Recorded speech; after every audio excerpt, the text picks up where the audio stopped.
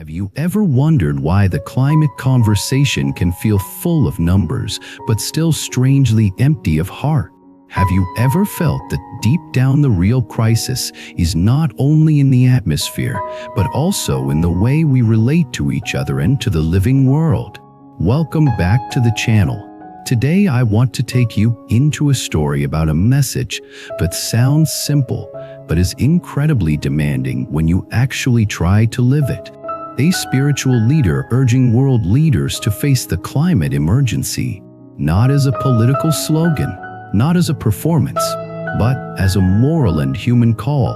The first idea is that climate change is not only a technical problem, it is a compassion problem because it exposes whether we are willing to care beyond our immediate comfort.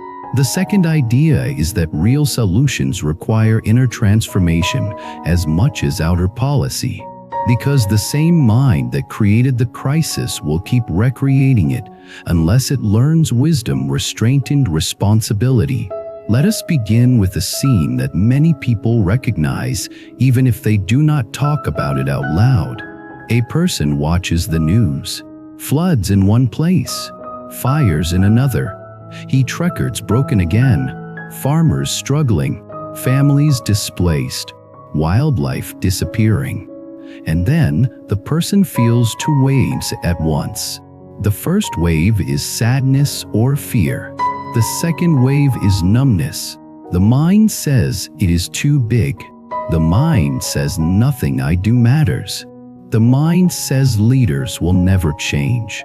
The mind says, I cannot carry this every day. This second wave is dangerous, not because it is evil, but because it is the doorway to giving up. And giving up is exactly what the crisis cannot afford. So when a spiritual voice speaks to world leaders, the message is not only for presidents and prime ministers. It is for that moment inside you when you start to disconnect. It is for the part of you that still wants to care but does not know how to stay steady. Because staying steady is the beginning of effective action. Now imagine another scene. A leader stands at a podium and talks about targets and timelines. The words sound confident. The cameras flash. The speech ends. Then the leader goes back into a system built on short-term wins, election cycles, profit pressure, and endless negotiation. In that system, even sincere people can become trapped. They start compromising until the original moral clarity disappears. They call small steps historic. They delay difficult choices. They outsource suffering to distant places. They hope technology will rescue them, so they do not have to confront the deeper problem. What is the deeper problem? The deeper problem is the mind that clings. The mind that clings to comfort. The mind that clings to power. The mind that clings to status. The mind that clings to the illusion that you can take from the earth without consequence. In Buddhist language, that clinging is the root of suffering. In everyday language, it is the habit of wanting more while refusing to pay the true cost. And the climate emergency is the bill arriving. So a spiritual leader urging action is pointing to a truth that many people avoid. You cannot solve a global crisis with the same greed that caused it. You cannot heal a burned forest with a mind that still loves the fire of endless consumption.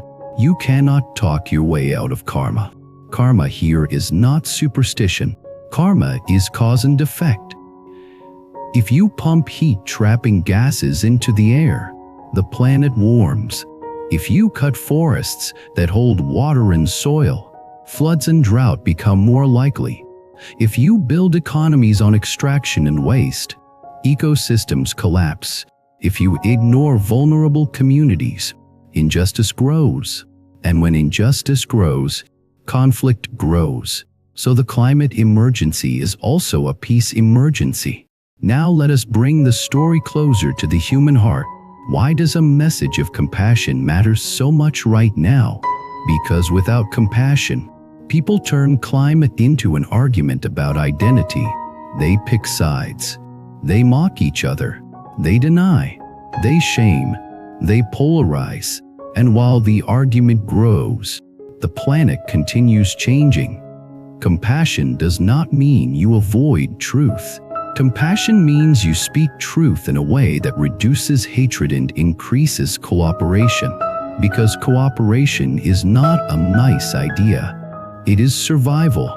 If one neighborhood cannot agree, they cannot protect their shared water. If one country cannot cooperate, they cannot stabilize shared systems.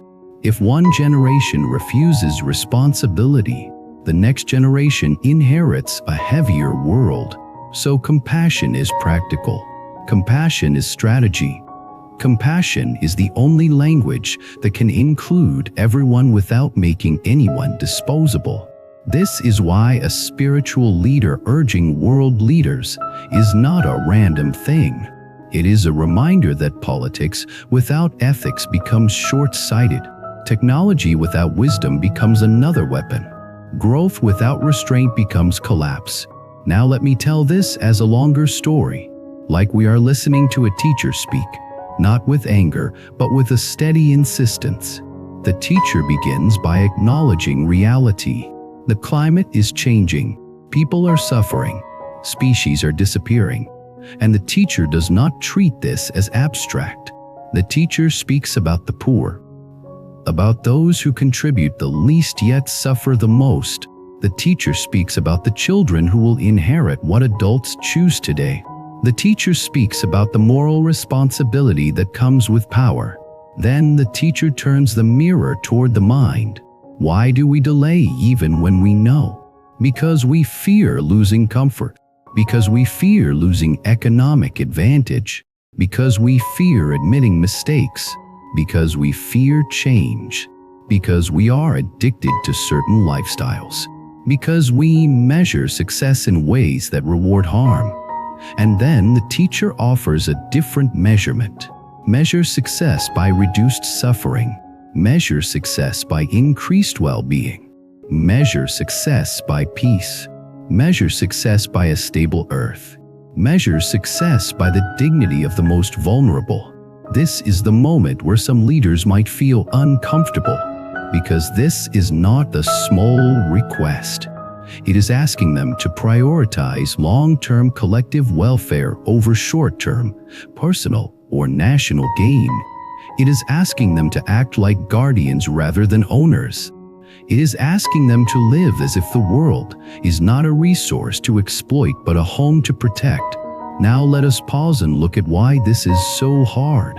The modern system trains leaders to chase metrics, growth, GDP, market confidence, political approval, and these metrics often ignore what matters most. They ignore mental health. They ignore community stability. They ignore biodiversity. They ignore future generations. They ignore the sacredness of life. So even a good leader may feel trapped. They may think if I push too hard, I will lose power, and then someone worse will replace me. They may think if I slow the economy, people will suffer now. They may think if I challenge powerful industries, I will be attacked. They may think the public will not accept sacrifice. These fears are not completely imaginary. They are real pressures. So what can a spiritual message do? It can reframe sacrifice as dignity.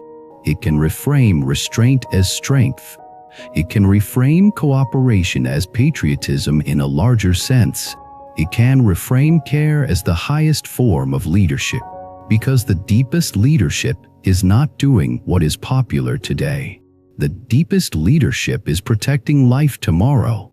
Now let us bring this down from leaders to ordinary people again.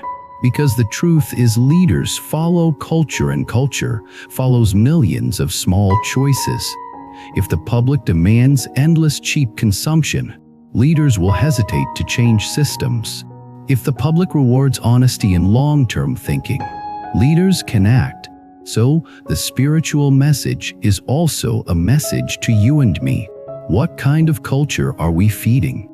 Are we feeding the culture of craving? or the culture of contentment? Are we feeding the culture of blaming or the culture of shared responsibility? Are we feeding the culture of denial or the culture of courage? These are not abstract questions. They show up in daily habits. What do you buy? How much do you waste? How do you travel? How do you talk about the future? How do you treat people who disagree? How do you manage your own anxiety so you do not spread it? This is where Buddhist practice becomes relevant again. If you cannot calm your own mind, you will seek comfort through consumption. If you cannot tolerate discomfort, you will resist necessary change. If you cannot hold grief, you will numb out. If you cannot hold fear, you will lash out. So climate action requires mind training. That might sound surprising, but it is obvious if you watch people under stress. Stress makes people selfish. Stress narrows vision. Stress makes people hoard. Stress makes people hostile. A society of stressed minds cannot cooperate well. So, a spiritual leader saying address the climate emergency is also saying address the emergency inside the human heart. Train compassion. Train patience. Train equanimity. Train generosity. Train wisdom. Because these qualities create the emotional capacity to do hard things. Now let me tell another story, this time from a community perspective. A coastal town begins to flood more often. At first, people treat it as bad luck. Then it becomes a pattern. Insurance becomes expensive. Businesses struggle. Elders worry. Young people consider leaving. Stress rises, and stress begins to fracture relationships. Neighbors blame each other. Some blame outsiders. Some blame government. Some blame science. Some blame fate. The town becomes divided.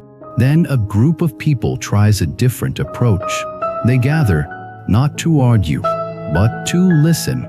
They invite scientists to explain risks. They invite local leaders to discuss infrastructure. They invite faith and spiritual communities to support emotional resilience. They create spaces where people can grieve and also plan. They practice compassion in the middle of fear. The tone changes, not because the problem disappears, but because people stop fighting each other. They start cooperating. They design adaptation projects. They reduce waste. They support vulnerable families. They advocate for policy change. They take responsibility for their part without drowning in guilt. This is the kind of shift a spiritual message is trying to inspire on a global scale. Now we should talk about a common misunderstanding. Some people hear spiritual language and think it means passive acceptance, like we just meditate and everything will be fine. That is not the teaching. In Buddhism, compassion leads to action. Wisdom leads to right action. Non-harming is not just a thought. It is behavior. So a spiritual leader urging leaders is not saying sit quietly and hope. The message is closer to this. Act with courage. Act with compassion. Act with long-term vision. Act as if every being matters. Act as if the earth is your shared body, because in a deep sense it is. Now let us connect this to the ecological self idea from earlier. If you feel separate from nature, the climate problem feels like a technical issue out there, something for experts. If you feel connected, the climate problem feels like a moral relationship, something for all of us. And when something becomes a relationship, you do not ask, what do I have to do? You ask, how do I care? That shift changes everything. Now let us talk about what addressing the climate emergency could look like when guided by compassion. It means prioritizing the poor and vulnerable in policy decisions, not treating them as acceptable losses. It means moving away from energy systems that damage health and climate, while supporting workers through fair transition. It means protecting forests and water systems as life support, not as optional scenery. It means redesigning cities for walking, transit, and green spaces so daily life is less extractive and more humane. It means supporting education that teaches responsibility and emotional resilience, so young people can face the future without collapsing. It means fostering international cooperation because the atmosphere has no borders. But again, this is not only about policy. It is about the spirit behind policy. If policy is driven by fear and competition, it will be weak and fragile. If policy is driven by compassion and shared responsibility, it can be strong. Now let us return to the inner dimension again, because this is the heart of this channel. When you hear about climate emergency, what happens in your mind? If you feel panic, you can practice calming the nervous system, so your actions come from clarity. If you feel anger, you can practice transforming anger into courage without hatred. If you feel despair, you can practice remembering impermanence and focusing on the next wise step. If you feel guilt, you can practice responsibility without self-violence. If you feel numb, you can practice reawakening your ecological self through direct contact with nature and community. These practices matter because they protect your ability to keep caring. Caring is not a one-time event. It is a long path. Now I want to share a reflection that many people find helpful. Sometimes the mind says I need to feel hope before I act, but hope is often the result of action, not the cause. When you do one small caring thing, the heart feels less helpless. When the heart feels less helpless, it becomes easier to do the next thing. This is how momentum builds. So, a spiritual message to leaders also becomes a message to individuals. Do not wait to feel perfect. Do not wait to feel confident. Do not wait to feel certain. Begin with one wise step. One wise step is karma in motion. Now let us talk about the phrase world leaders again, because it is easy to put responsibility only on them. And yes, powerful leaders in corporations hold enormous responsibility. But if we put everything on them, we also put ourselves into helplessness. And helplessness is another form of suffering. The wiser view is shared responsibility with differentiated power. Those with more power must do more. Those with less power still matter, because culture and demand shape what leaders can do, and because local actions can influence systems more than you think. When communities model sustainable living, it becomes normal. When it becomes normal, it becomes politically possible. When it becomes politically possible, it becomes law. When it becomes law, it becomes infrastructure.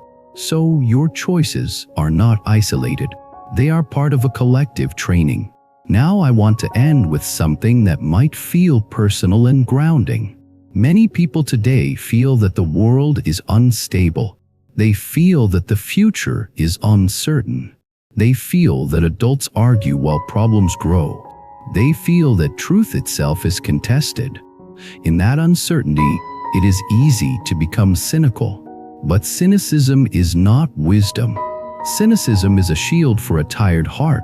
Wisdom is the ability to see clearly and still care. Compassion is the ability to feel pain and still act. Practice is the ability to return again and again to what matters. So if a spiritual voice is urging leaders to address the climate emergency, you can hear it as an invitation for your own life too. Address the emergency of distraction. Address the emergency of endless craving. Address the emergency of numbness. Address the emergency of division. Address the emergency of treating life as disposable. Because when you address those inner emergencies, Your outer actions become cleaner and more effective. You become someone who can hold the future with steadiness. You become someone who can care without collapsing. You become someone who can influence others not by shouting, but by embodying a different way of living. That is the quiet revolution. Thank you for spending this time with me. If you want, share in the comments what you think compassionate climate action looks like in your community and in your daily life.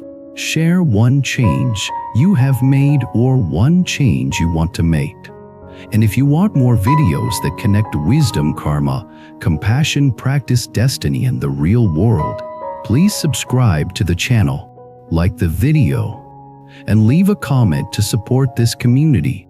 I will see you in the next one.